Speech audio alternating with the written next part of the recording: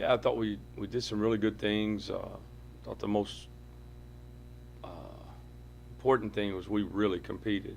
I thought we were starting to figure some things out. The great thing, if you look at the trip, we had a lot of different guys step up and play well. Yeah, it allows us to. No one's going to be able to key on TJ. No one's going to be able to key on George. We've got other guys and other weapons, and if we can continue that, then we have a chance to continue to get better. You always talk about trying to get rotations and lineups down. It looks like it's forming into shape right now. Yeah, it's we feel like right now there's some guys that have kind of emerged. The one guy that probably hasn't been playing as much was Brandon Harris, but I thought he was really key for us down the stretch on Saturday and kind of carried that same thing over to practice yesterday. So I think he probably played himself back into some more minutes. You know, arguing the past 3 games, George has played 2 of maybe his best games, here at Western. Have you noticed a change in him just even from the start of the season to where you guys are now, or is he just gaining steam?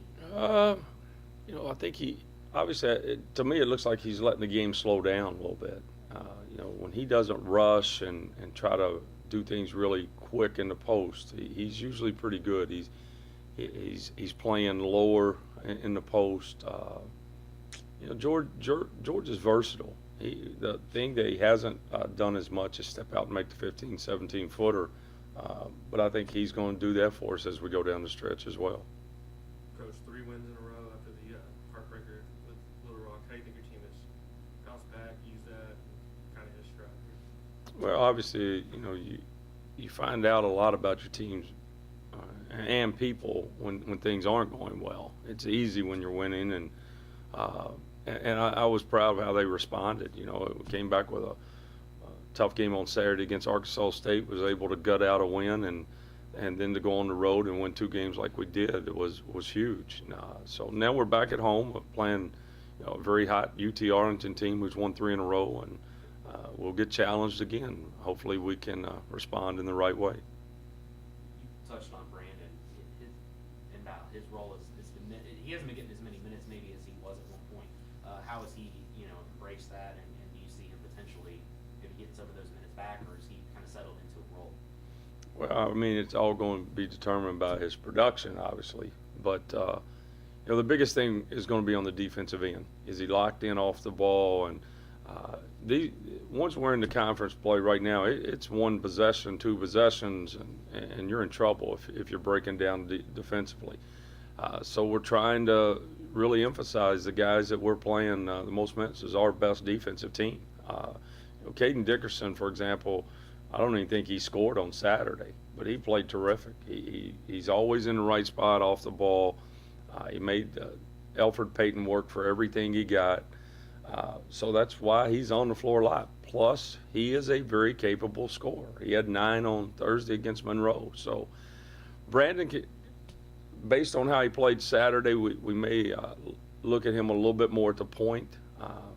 But he's got to be an attacking point. He can't play east to west, and that's been the biggest problem with him when he's at the point. He's not a very aggressive attacking type point guard, but he was a little better with that on Saturday. Scout on Arlington. Talented, much like Arkansas State. Redger Dow, was averaging 21, 22 a game. Edwards is a monster on the inside, and then McClanahan, their point guard, is as fast with the basketball as anyone we've seen all season. On conference play, he's averaging 17 a game. So they're very, very talented. They got a transfer from Texas Tech that starts Jamal Outler. Dow's a transfer from Oklahoma State. So they're playing very well right now, and it'll be a huge test for us. Specifically with Dow, you mentioned that he's averaging 21 points a game, and you mentioned transfer from Oklahoma State. So I think he's missed a couple of games this year as well. Looking at the stats, what makes him so tough? He's aggressive. He knows how to score the basketball. He's got the green light, and that's always it's much easier to play when you have the green light at all times, and he does. He's going to rip. He's going to drive. He's going to get us into a lot of ball screens. He's got unlimited range.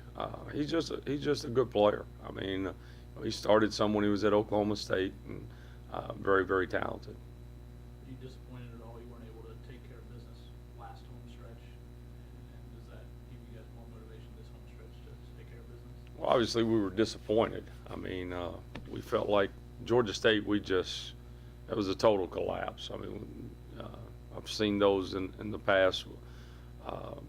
And you can expect to play a game like that at some point, but you hope the other team doesn't play as well as they did. And they did. Now, Little Rock, was a game that we just didn't finish. I mean, we had every opportunity to win the game in regulation. Should have never got to overtime.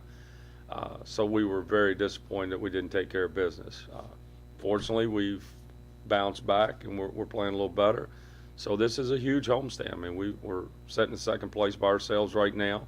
If we have any idea or thoughts of catching Georgia State, we better continue to win because no one's found a way to beat them up to this point.